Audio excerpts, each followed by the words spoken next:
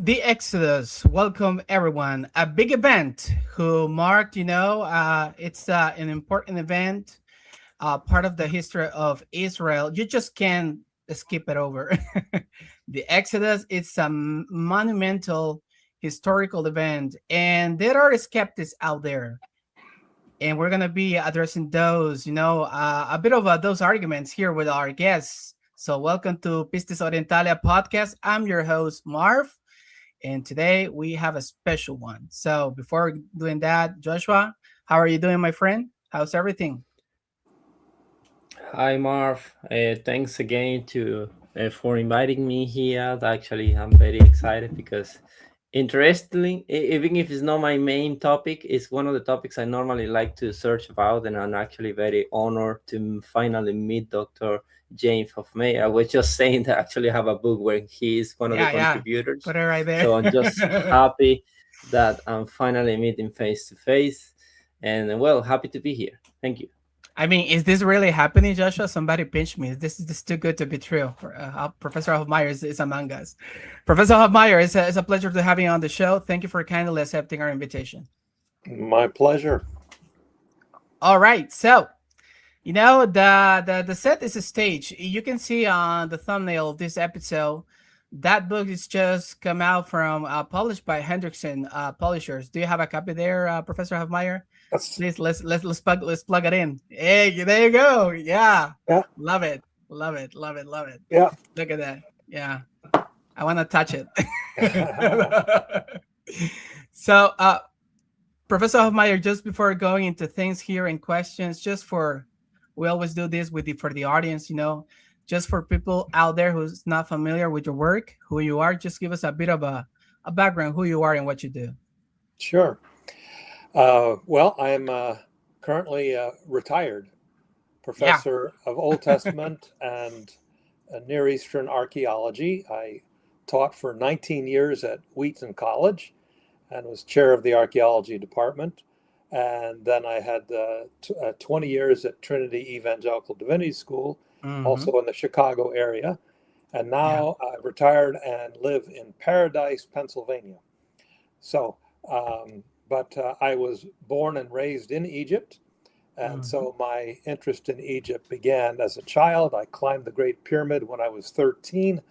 I did a lot of things that you could do back in those days in the 1960s and 70s, or the 1960s, that you can no longer do. But my father had an interest in archaeology and history, and so we visited museums and went to archaeological sites and things like that. So it was a very natural thing for me to focus on at university and then in graduate school, which was at the University of Toronto in Canada, Yeah. Yeah. where I did my graduate degrees and my doctorate. Yeah. I need to ask you, did Donna Redford, famous Egyptologist, taught there? Yes. Well, Professor Redford was my main professor, and I worked I with know, him yeah. in his excavations at East Karnak in the Akhenaten Temple project. So that Yes, was very yes. exciting working with him. Yes. So, Professor Amari, can we say that Egyptology is flowing through your veins? I mean, You can. You can. you were raised. Okay, this is a fact that I heard on your interview with Mark Chabalas. Were you raised in Israel No, Egypt. strictly? Oh, No, Egypt. Egypt. Okay, thank you, thank Yeah, you. I was born Yeah. there and lived till I was 16. Yeah. So, oh my goodness, this is awesome. So you can speak Egyptian like fluently. You can. Arabic. Arabic. Okay, okay, okay. There you go. This is awesome. I mean, Joshua, we don't get to meet people like that. That speaks Arab just fluently. You don't get that Arab, every day. yeah, actually, Arab, Aramic, Egyptian, Assyrian is Oh quite yeah, a treasure when you find someone that actually can read it. It's very important, and you realize you it need to is. go to the sources. You need to know those languages. I don't know about Marv, but in my case, Dr. James, I'm studying the Edinburgh Theological Seminary. I only know Greek, Hebrew, and Aramaic. only That's a that's my good. Just limit. That's a good start. Well, because I grew up speaking Arabic, it made studying Hebrew very easy because they're cognate languages with a lot of words in common, and many of the grammatical patterns are similar between Arabic and Hebrew, and that in turn made the study of Egyptian easier because some of that actually continues over into from ancient Egyptian also. So it's once you got one Semitic language, then it's easier to build on it and go to study Ugaritic or Akkadian and other languages. So Hebrew and Aramaic is a great start. Wow. Thank you. Amazing. So amazing. you're just scratching the surface, Joshua. So let's put it right there. But you're doing great. All right. Thank you, Professor Hoffmeier. Let's go into things here. The first topic is showing up on the screen. So, Professor, just tell us. Let's define the purpose of this book. We understand that this is the second edition, right? So Correct. just give us a bit like a lay of the land Sure. about this new edition. Sure. Well, back in the 1980s and 1990s, there was a decisive movement in biblical studies in a skeptical or minimalist direction. That is, people viewed the history in the Bible to be of minimal value, that there's minimal amount of history there, that it's theology, it's all kinds of things. And so I felt that at that time, most of the people in this debate did not at all consider Egyptology, what it could teach us, how it could help us understand the context, the geography, the cultural setting, all those things. And so that inspired me to do the book Israel in Egypt. And that was published in 1997. So 30 years later, we come out with the second book, which is, I should say, in between.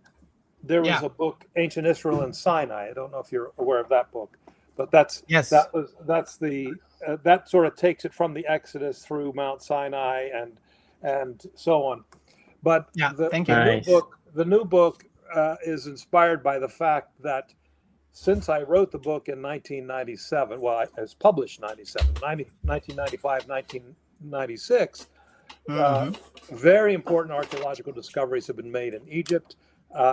After that, I wrote the book. I was engaged myself in work in North Sinai, excavations east of the Suez Canal at a site called Tel El Borg. I worked with my colleague, a geologist, to study the paleo environment so we better understand what the area looked like. In other words, many people like to create maps of the Exodus with no idea that the areas that are today desert, in many cases, in ancient times, were lakes, marshlands. We actually discovered a new branch of the Nile that nobody had ever known about before. And so it helps us create a more accurate picture of what this area was like. So the motivation then for the new edition, which is twice as large as the other one. So the first one is 240 pages. This is 480. So it's exactly double the size. But there have been important excavations, our own work at Tel el-Rataba and Tel el-Maskuta, which are in the Wadi Tumilat, in the area of, certainly that included the land of Goshen. And so all this new material needed to be brought into the discussion. And some of it radically challenges the criticisms that had come up in the 1980s and 90s and continue to come up. But the new information does help clarify some things. Yeah, I agree. I agree with that. Now I can, go ahead, Joshua. Yeah, no, just quickly to ask Dr. James, just because it's very interesting, and obviously for the people who would like to know about the book. Interesting, your first book, the one that was before the yellow one, I saw it in the seminar, is from the year I was born. So the 97, so quite a while.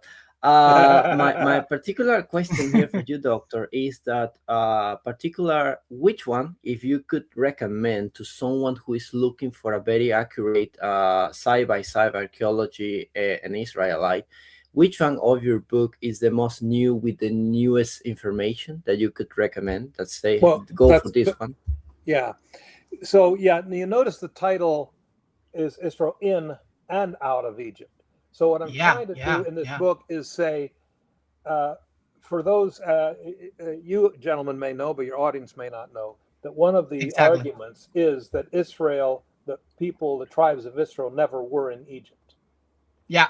And they were indigenous. They were a Canaanite people, and they never were in Egypt.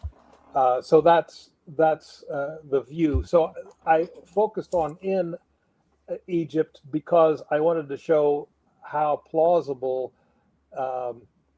the idea of a sojourn of some length of time was possible by foreigners, the Semitic-speaking world, pastoralists coming into Egypt, for which we have ample evidence.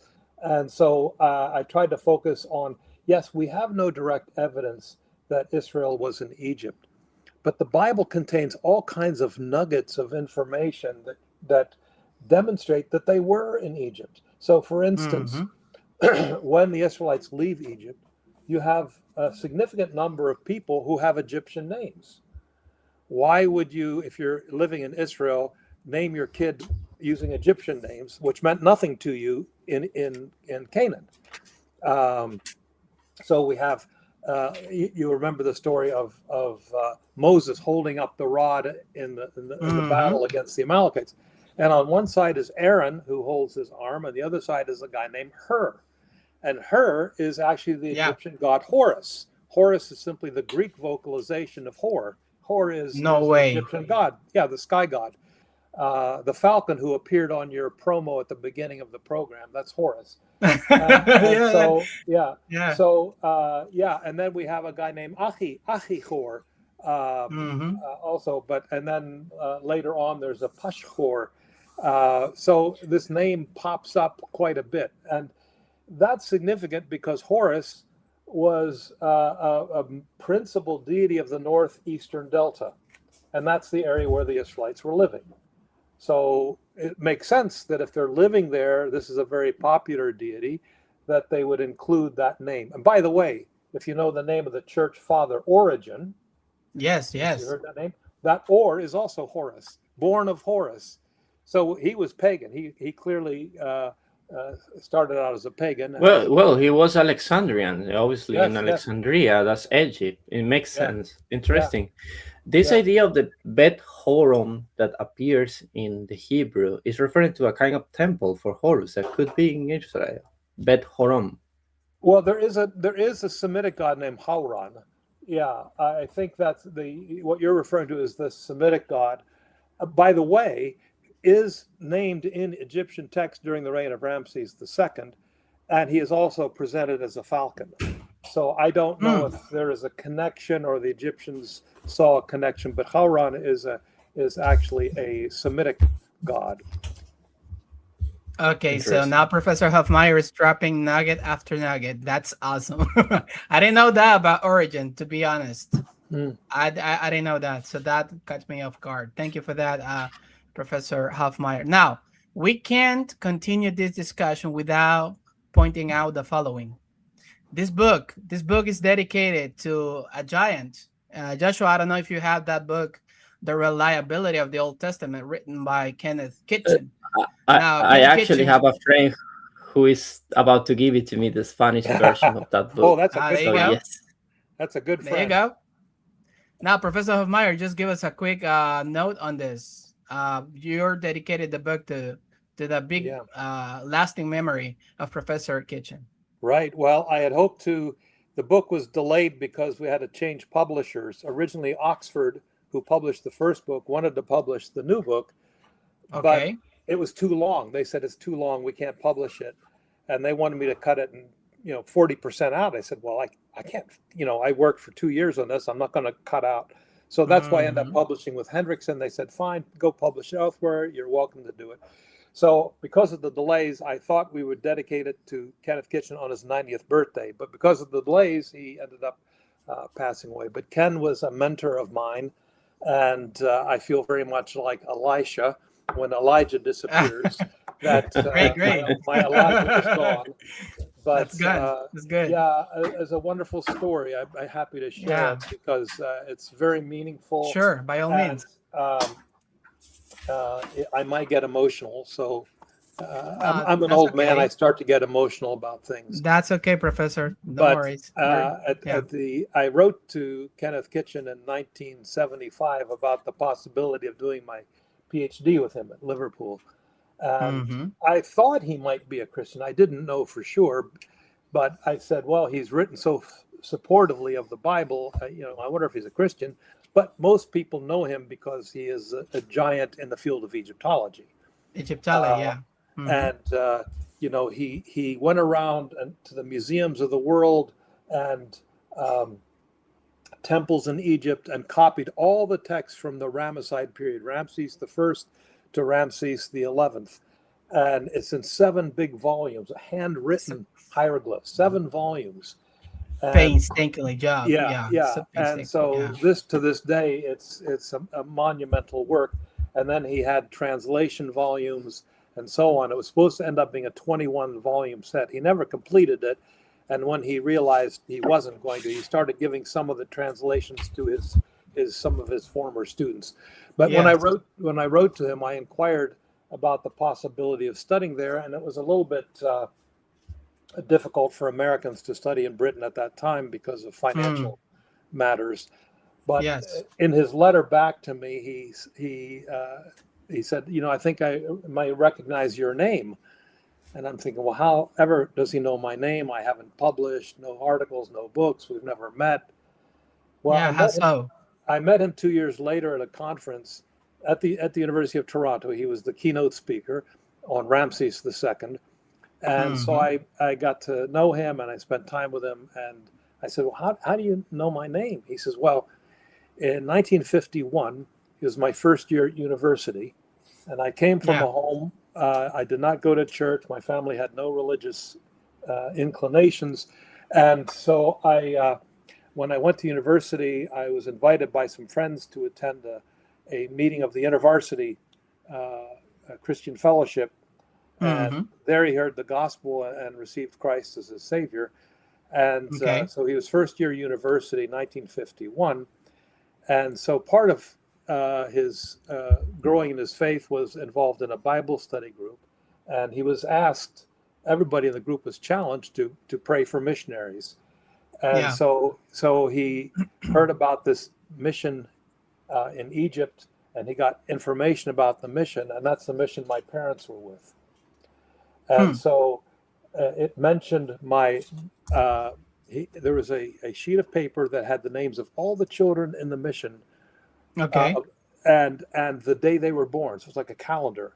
And so as you go through the days of the week, the month, on the day of the 13th of the month, my name appeared.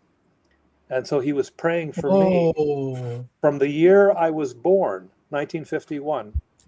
And then 25 years later, he gets a letter and says, could this be the boy I've been praying for all these years? I wonder what happened to him. Oh, look at that. Yeah. Wow. So we ended up becoming very special friends. And he was like a Egyptology father for me. And we were able to spend many times visiting in each other's homes. And he had no family. He was never married. And so his friends were very important to him. And so that's why his memory is special. That's an interesting story. As a producer, I like to connect in that sense with people. So when I see in the books dedicated in the memory of someone, I'm like, okay, this has to be part of the interview, because I mean, the whole enterprise of writing a book, the whole process is a very complex one. And in dedicating that work to this person, it's it's a big deal. So that's why I decided to include it. Oh, thanks for asking. Joshua, no, my pleasure. Joshua, you were about to say something. Yeah, no, I mean, I'm impressed because, as I say at the seminar, I met Dr. Kitchen's work mostly because, Marv knows this. I'm very into ancient Near East mythologies and culture, and obviously, I'm related to Omar Keel, Christoph Bullinger, and Stephanie Daly and those people. That's actually I didn't realize, Dr. Hoffmeier, that you are here as well in my hardcover for the new April. So Is there? he's there, and he's one of the translators, and that's interesting because you get to the point that a contribution of Dr. Kitchen have been really, really good. Mostly because I found some specifically streams of some scholars, maybe less. I don't know the proper word is conservators or not, but they are actually like denying the reality of Israel in Egypt. So I find Doctor's Kitchen works very important because Hmm. it's It like is a indeed. very heavy, sorry, a very heavy um, uh, access to the source material. And actually, I like about him because the recent work I was published, it was a translation of the Akkadian and Egyptian correspondence in these blue books. I forgot the name because they are huge, like this Oh, the size. treaty law and covenant. Those Yeah. ones, Treaty law and as covenant. Yes. is impressed. 1,100 pages of text translated. Yeah. Wow. No, I Yeah. mean his work is very important. Indeed, actually, it was that book that on the reliability of the Old Testament was translated into Spanish Oh, good. just recently, if I'm not mistaken. Yeah, Wonderful. Yeah, like yeah, 3 years ago. yeah, But I Great. was yeah. looking for it. I was looking for it when I realized that the book was hardcover in the seminar. I was checking in it, and I was asking my teacher of Hebrew, Daniel Sladek. He told me, "Oh, and a kind of kitchen could be your reference." And I said, "Oh, well, check it." And I was checking and say, "This book should be in Spanish." And then I realized that it was translated, but it was recently. I It get is. that it was translated. Yeah. All right. Let's move on. Let's continue here. So, Professor Hoffmeier, I like reviews, blurbs, that kind of stuff, and your book is no exception. So there are big names, blurring for you, which is awesome. The first one that I got here is from Professor Rensberg. He was previously on the show with Professor Roy Gain, uh, talking about the composition of the Pentateuch, which is a big deal, a great topic that I like a lot. So he says Hofmeier's Israel in Egypt 1996 has been a mainstay in biblical studies ever since it was published 30 years ago. This new volume, twice the size, as you said it, demonstrates how much new information has accrued during the past 3 decades. No one is better suited to analyze the data, especially the archaeological material, than Hofmeier. The result is a first class synthesis of the biblical and Egyptian material, so that this volume now becomes the gold standard for all future research. Lovely work. He is a good friend. I That's know. very That's what nice. I put Yeah. it there. Yeah. I know he's awesome. Now, Joshua, I got another one here, so please help me reading for Professor Hofmeier and the audience. If you can see it on the screen, go ahead. Okay. It says, through his long-standing research and teaching, James Hoffmeier possessed a rare combination of expertise in Old Testament studies, Egyptology, and Near Eastern archaeology. His presentation of the role of Egypt in the Old Testament is therefore not to be missed. Moreover, he survives in the strategically significant region along Egypt's eastern frontier, and the Sinai have established new standards in the study of the ancient geography of this area. This work is particularly important for assessing the events of the 13th and 12th centuries before Christ in the eastern delta and the Sinai, as well as their subsequent impact. This is Manfred Bigtag, Emeritus Professor of Egyptology, University of Vienna, and Emeritus Director. I can't read it more because it's No worries. my I screen is got right your there. back. I got your back. No worries. Thank you. University Yes. of Vienna and Emeritus Director of Excavations of at Tel El Dava, Tel El Davaf.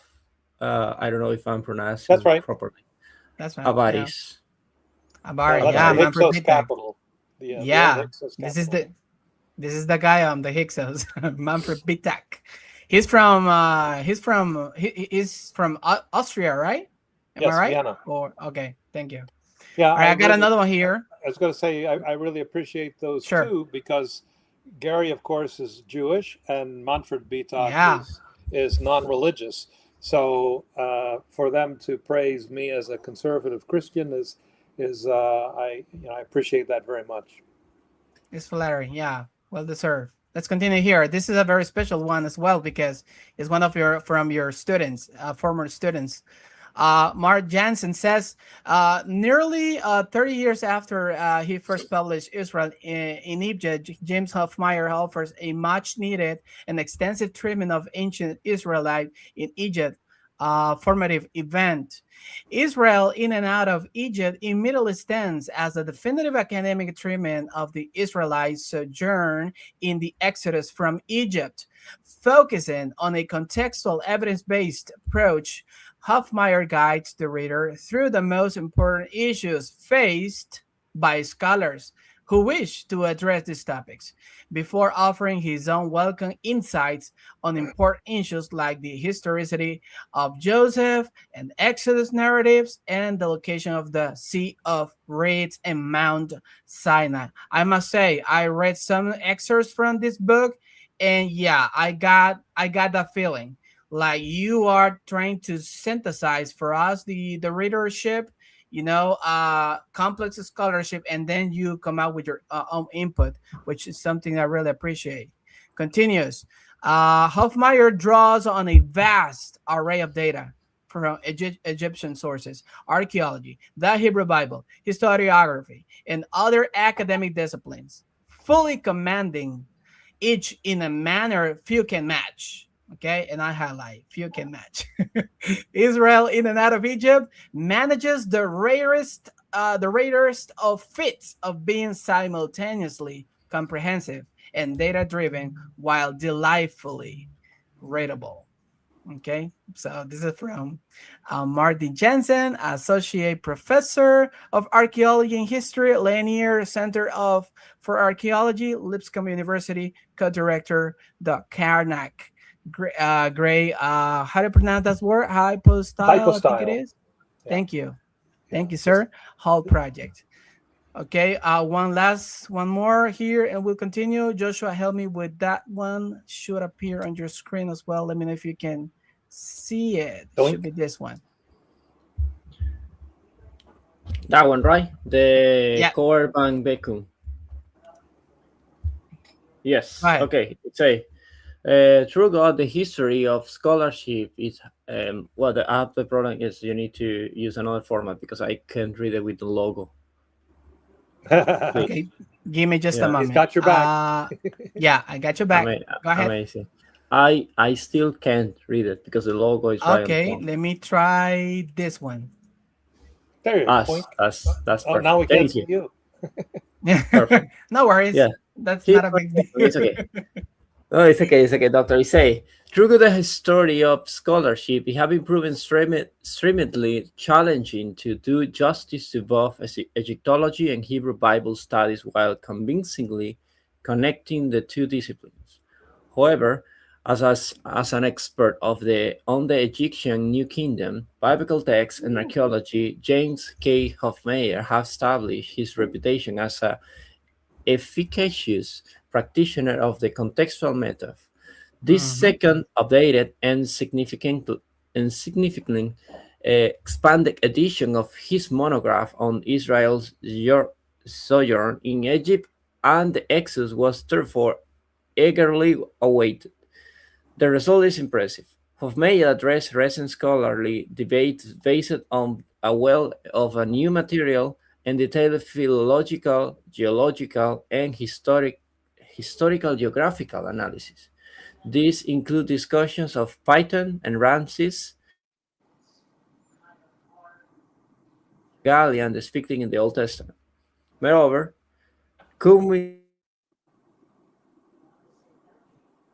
circumstantial evidence makes it clear that the biblical story. You hear me? Okay. Yes, you're doing Circumstantial evidence Evidence makes clear that the biblical story of the Exodus most likely finds its background in the 13th century before Christ. Those who still prefer an earlier Exodus or regard the biblical text as fictionalized accounts of experience from a much later period are faced with serious arguments that call their position into question. This is Cor van Beekun, professor of Old Testament, Theological University of Utrecht, Netherlands. Netherlands. Yeah. Thank you. So, any comments on that, Professor Hoffmeier, before continuing? He, like the others, were very generous, and I greatly appreciate their endorsements. Yeah. And there are some other a bunch of endorsements. I decided just to pick and go with this one. Carmen Joy Imes. She also blurred your work. She was on the show. She did a seminar in Spanish. I think we were during COVID, if I'm not mistaken. And some others, you can go and on the website, you can see those blurbs if you can verify it by yourself. All right, let's continue here. So, Professor Hoffmeier, what's the current debate about the origins of Israel? Well, I don't think a lot has changed in the last 30 years in terms of what the critics of the Bible are saying. What they're trying to do is minimize or dismiss the Egyptian evidence. It was a conference held. I can't remember where in Europe. Maybe it was in Switzerland, but they published the volume, and their focus was Egyptian backgrounds and so on. Now, all the scholars there were people who reject the testimony of the Bible itself.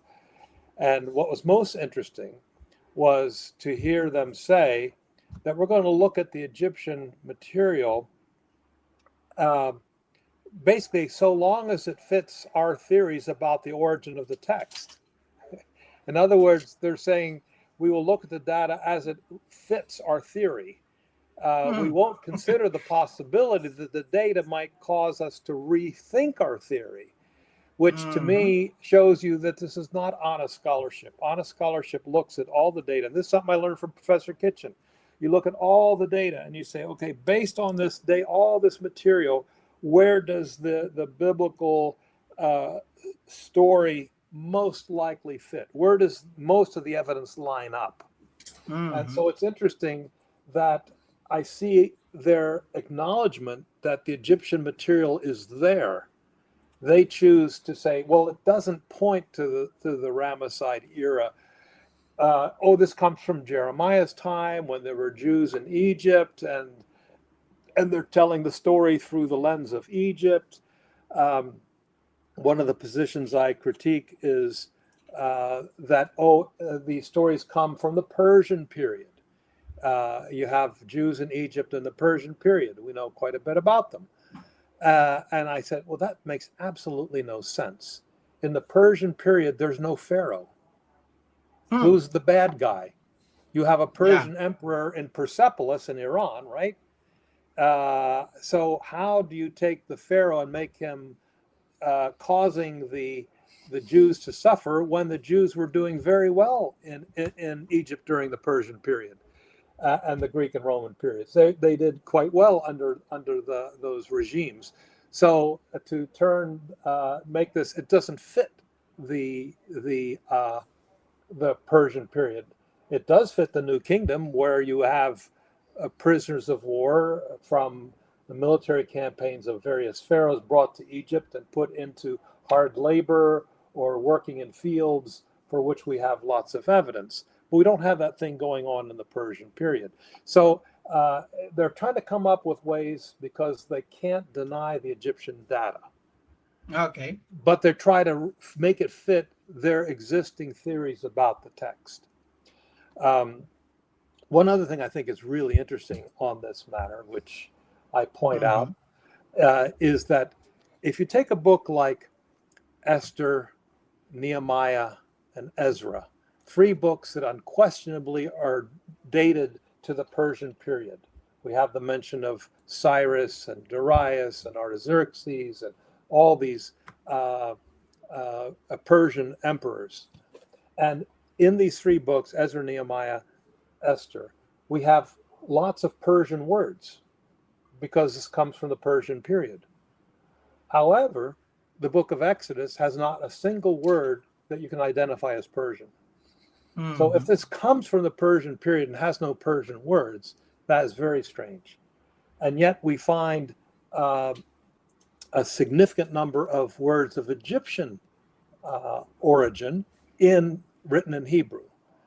So it stands to reason that the location of the story, the history of the story fits Egypt, even though they're trying to say it fits the Persian period. They have no data. It's simply a theory. Thank you for saying that. I actually have another thing here just to enrich your comments, Professor Hoffmeier. You said, in this study, I shall seek to go where the biblical, historical, and archaeological evidence leads, rather than be guided by anthropological or sociologicals. This is a wink-wink to Norman Rockwell, sociological models, or subjective theories about the dating and origin of the biblical documents. Furthermore, I shall strive to treat both biblical, I like this one, I shall strive to treat both biblical and Near Eastern texts as witnesses for history and avoid the double standard of treating the Bible more critically than cognate literature from Israel's neighbors. Take that. That's certainly my goal. And yes, yes. And I think I have been honest with my method, because when I wrote the Yellow Book 30 years earlier, I was at that time committed to a 15th century date of the Exodus, the so-called early date. But in the process of doing my research, it seemed like that didn't stand up as well. And especially the geographical names in the book of Exodus, all are attested firstly in the Ramesside era. Ramesside era is from 1300 on down. And so I changed my position. So I changed my position based on how the data directed me. And the same thing even about the identification of Yam Suf, the Sea of Reeds. When you get to Exodus 14, 1 and 2, and the Israelites are situated at the edge of the border between Egypt and Sinai, and God says, "Shuv, turn back." I tried to say in my Yellow Book, "Oh, you could turn left, you could turn right," but the reality was, "Shuv" means to turn back. It also is the word used by the prophets for repent. So when you repent, you turn back from what you're doing. You don't turn left or right. You turn the opposite direction. So you're sinning, now you don't sin. You're beating your wife, now you don't beat your wife, or whatever the sin may be. And so I had to change my mind on the geography, because I said, look, the text is saying this. I can't allow my theory to influence how I read the text. I need to allow my theory to be informed by the text. And so I had changed my mind again. So these are some of the things that I've tried to be faithful to, that idea of allowing the data to guide my conclusions and not just to look at the data through the lens of my theory. Yeah. Joshua, help me with this one. Thank you, for Professor Hoffmeier. Joshua, help me with this quote as well. Yes. You hear me, right? Yes, we can hear you good. Yeah, you're perfect. Good. It says, the main reason for offering a new expanded version of this book is that in the 13 years since I researched the original book, many significant developments have occurred in the field of archaeology that have a direct bearing of the setting of the Exodus. Yeah. Any comments, Professor Hoffmeier? Would you like me to give you an example? Yes, please. Go ahead. Yes, please. Yeah. So, for instance, one of my other professors, Professor John Holliday. Professor Holliday was a student from Harvard, did his PhD with George Ernest Wright. He was a colleague, classmate of William Dever. So he's from that generation. But he excavated between 1978 and 82 or 3. For 5 seasons, he worked at Tel El Maskuta. Tel El Maskuta is in the Wadi Tumilat. If you look at a map of Egypt, a satellite image, you'll see the green delta, and then halfway through the delta, there's a green line that heads out towards Sinai. This is the remains of an ancient Nile branch that dried up in prehistory. But it's still a fertile area, and there's a canal that runs through it today. But this was a very important corridor for travel in and out of Egypt to Sinai. And eventually, this is where the Israelites were going when they left Ramses. They headed for that particular road out of Egypt. So when Holiday excavated, he excavated and said, there's no evidence that this site, which he believed was Pithom. Okay, he believed it was Pithom. And by the way, he believed it was Pithom, even though the name of the site is Maskuta in Arabic. Maskuta, yeah. Maskuta. If you drop the M, what do you have? Sukkot. Okay, so the Arabic actually preserves the ancient name Sukkot. Where do the Israelites travel? From Ramesses to Sukkot, according to both Exodus and Numbers 33. So, so he's excavating the site, and he only finds material. There's a 1,000-year gap from the Hyksos period around 1700, and then again in the 7th century, Pharaoh Necho, who we know killed King Josiah, built a fort there. And there's a 1,000-year gap. So he said, the Bible is wrong here. There's nothing here. Well, 2 things. Number one, he identified it as the wrong site. It's not Pithom, number one. Number 2, the area where he was digging is south of the highway and the canal.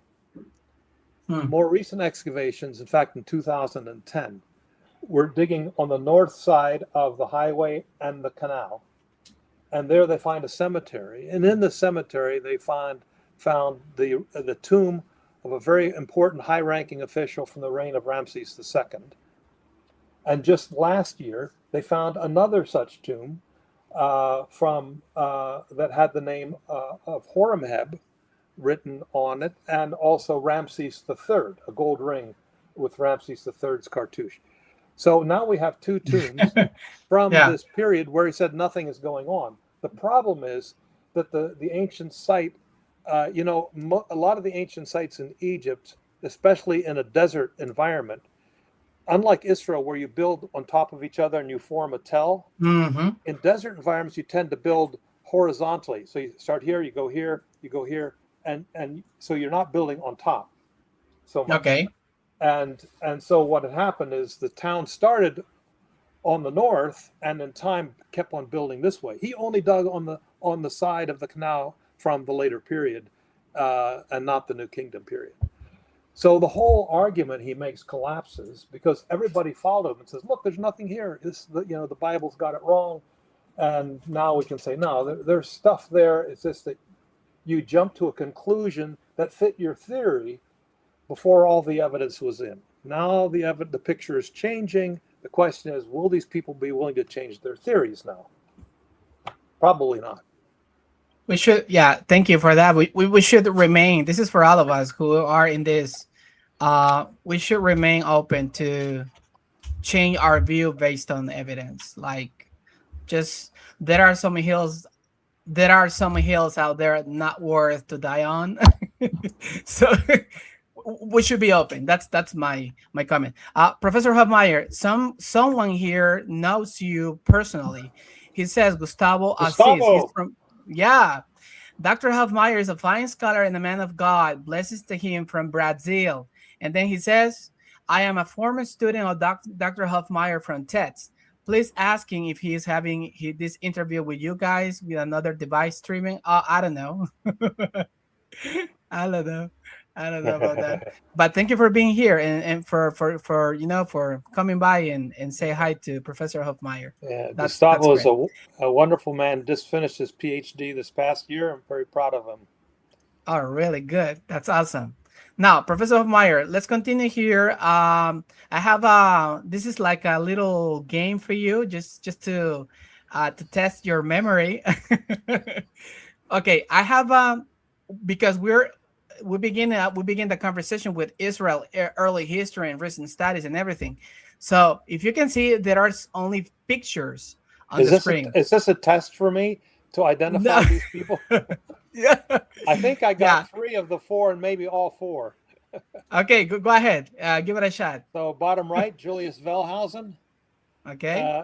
Is the next one John Bright? Yes, he is. Go ahead. Then George Ernest Wright and William Foxwell Albright. Yes. Excellent. Thank you. You think so Albright was the professor of Wright, and Wright was the professor of Bright. Yeah. Okay, I have another one here. Okay, this is getting good. Let's go with the follow one. Who are they? Okay. Okay. Yes.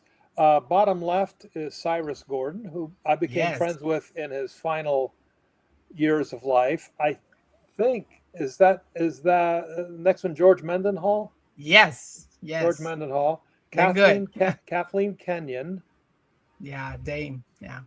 And I'm not sure. The last one? Yeah, you got me on that one.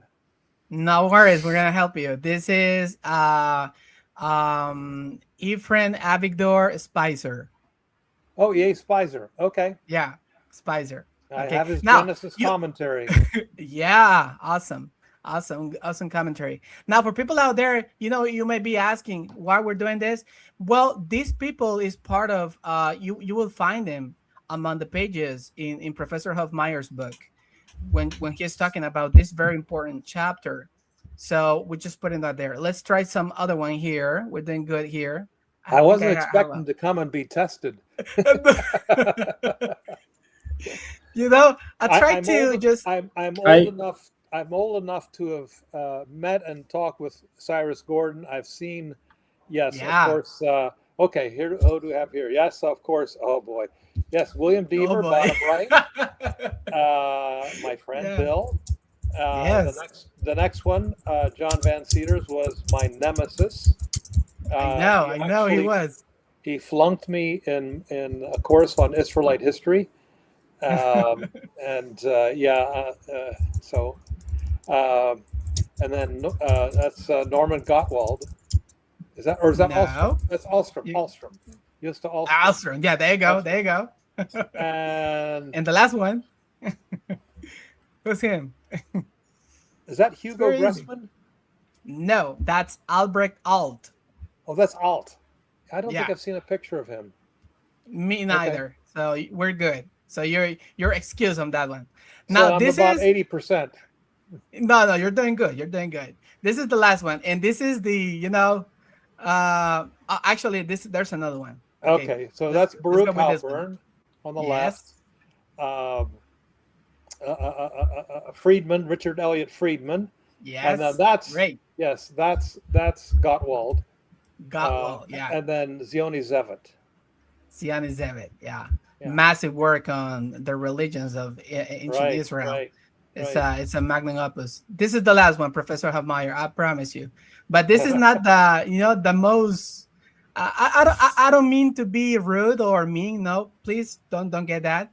But just for the sake of distinction here. Right. Okay. Yes. Okay. Yes. He cites, their left, works in the book. Yeah. Top left is what's the name? Philip. It'll come to me. Philip Davies. Phil Davies. That's right. Phil Davies. Yeah. And Lenke. Finkelstein is number 3. Yes. And I'm trying to think. Is that Thomas Thompson in the number 2? That's Thomas Thompson. Yeah. He looks a little different there. Yeah. And then is that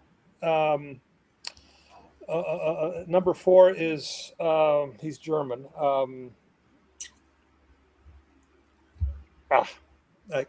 No worries. I draw a blank, but I know Neil, as soon as you say. Yeah, he's Niels Peter Lemke. Neil Soberman. Yeah. Okay. Yeah. Thank you. I've never That's a met good one. I've met all the others. I've had lunch with Okay. Tom Thompson and so I know them all. Thank you. Okay. Thank you for that. I mean, this was a good dynamic here, just to put it right there. So we already tackled the purpose of the book. Also, you give us like the lay of the land on the current debate of origins of Israel. Let's continue with the follow-on, which is number 3 here. In your view, Professor Hoffmeier, why shouldn't the Bible be dismissed as a source for history, the Israelite sojourn in Exodus? Right.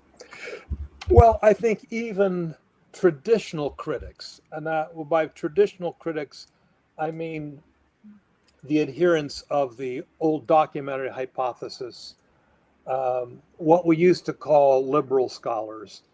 What happened in the 1980s and to the present is they've got progressively more critical and cynical about the Bible. But traditional liberals would say, there's at least a kernel of truth. There's an element of truth here. So there was an Exodus, but we can't say an awful lot about it historically. The difference, of course, is that more recently is, well, there never was an Exodus because there was never Israel in Egypt.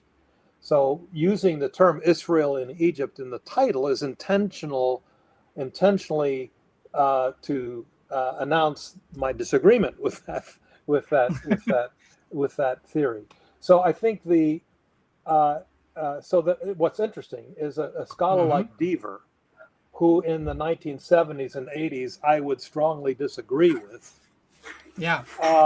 He has now is considered a moderate because things have moved such in a crazy direction. What's interesting is when I got Bill Deaver to sign my book, what did the Israelites know and when did they know it? He wrote to Jim, with whom I have more in common than at first I thought. Oh. And then I said, well, Bill, I haven't changed my position. You're the one that seems to have changed. So what I'm saying is that, in the 1980s, I would have say he's a crazy radical, but now his position seems moderate compared to where things are, and now he and I suddenly are more allies. So that's interesting. Okay. Now, Joshua, help me with this one here. I have another quote here just on this question. Give me a hand on that. En 20 minutos.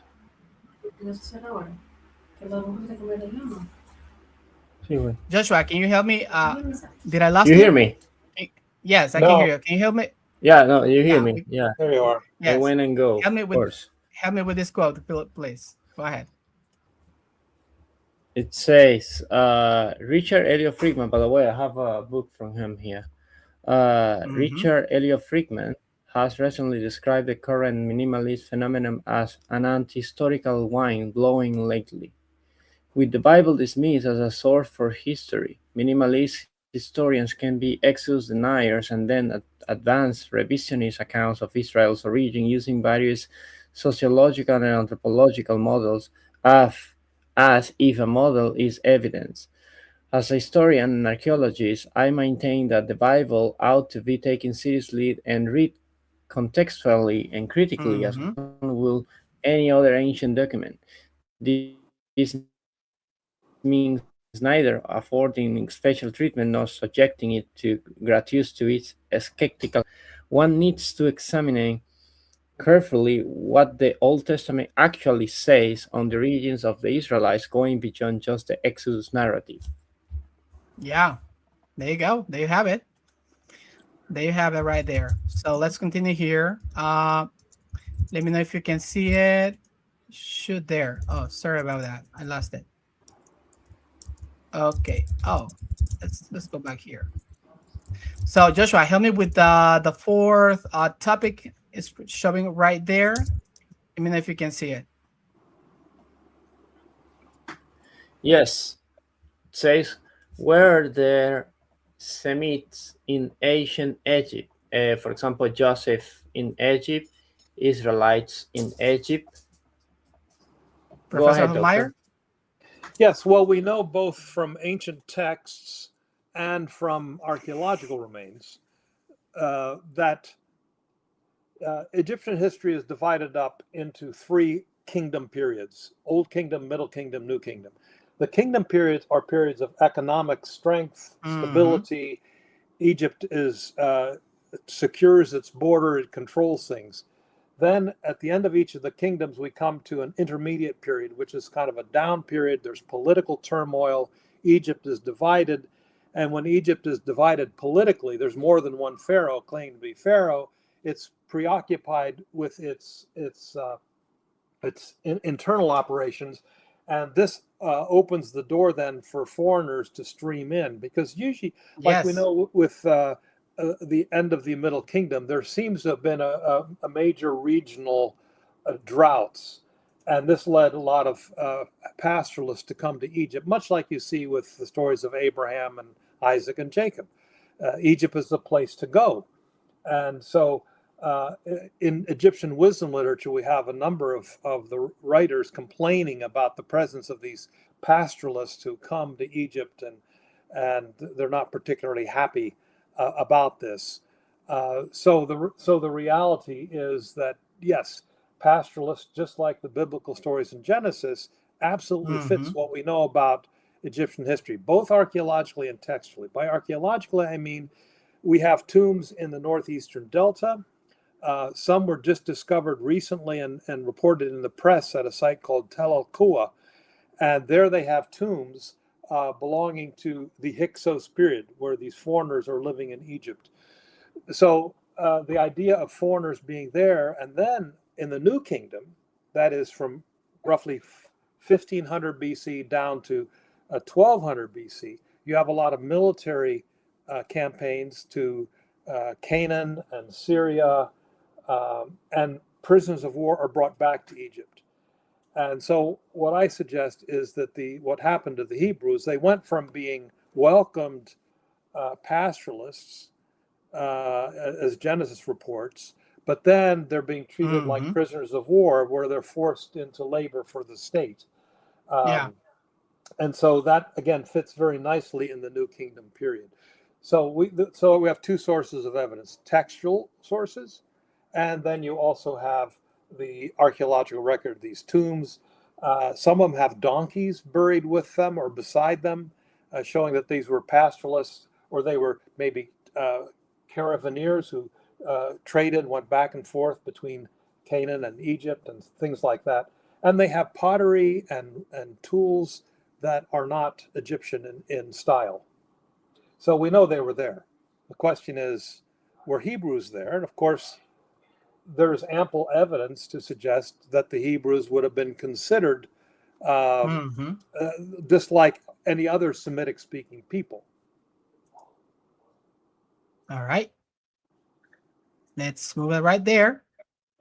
We're doing great. Now, in terms of Pithom and Ramses, Professor Hoffmeier, that's the following question. What can you say about those locations? Do we know exactly? Can we pinpoint these places? Ramses is very easy. It took a while for archaeologists to settle on the actual site. But if you go back to the end of the 19th century, early 20th century, different sites had been proposed. The most recent one was Tanis, where Indiana Jones went. You may remember that. And if you look on Bible atlases from the 1960s and 70s, you will see the site of Tanis, and they'll have a slash, and then it'll say Ramses / Avaris. So they make it into three different cities, all the same location. And this was followed for many years, especially by the French who were excavating there. But in the 1950s, a site about 20 kilometers to the south at a small town named Kantir was being excavated by Egyptian archaeologists. And they suggested that this was the site of Ramses. And they were right. In time, we came to realize that the French site, there you go, Ramses and Tanis. There's a good example, right? Thank you. But the real Tanis, if you take that red dot, move it 20 kilometers south, And this site is being now excavated by Germans, a German friend of mine, Henning Franzmeier, and his predecessor, Edgar Pusch, worked for over 20 years there and made a complete map of the subsurface map of the site by magnetometry. And so we know that this was a huge site, the largest city in antiquity. And so we have reason to believe that's the site that the Israelites were involved in helping to build. And it was from there that they launched the Exodus. The Exodus started at Ramses. So it's the general area on this map where you can see land of Goshen. If you move a little bit to the right, that's all the city of Ramses. So yeah, so this is an old view. And now you'll notice this map also has them going down. Whose map is this? It's really messed up. But in any event, okay. They have Pithom in the right place and Sukkot in the right place. But it's after Sukkot where they make a shuv, where they turn back. And just don't keep going in a straight line south. So anyway, that's why that map is wrong. But anyway. Thank you. Yeah. I will pass your feedback to them. Thank you, Professor Hoffmeier. Joshua, any comments so far?